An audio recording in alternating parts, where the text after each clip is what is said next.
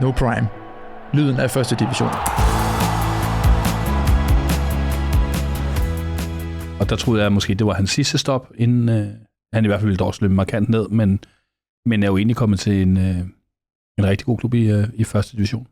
Og det, der er det store spørgsmål, og det er jo det, der er fascinerende ved fodbold og spillestil, og man kigger på FC København i Superligaen, som er ualmindeligt udfordret, eksempelvis Silkeborg, der er ualmindeligt udfordret i Superligaen. Så i første division. Man har hentet 2 rutinerede spillere.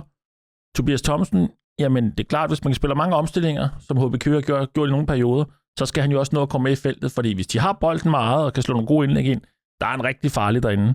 Det, man kan sige om Hobro, er jo generelt, at Hobro har med deres trebakkæde været gode til at cleare en masse bolde. Jeg synes, de faktisk deres anden familie Søgaard havde nogle svære kampe i efteråret, men han er jo meget første mand på holdkortet ofte.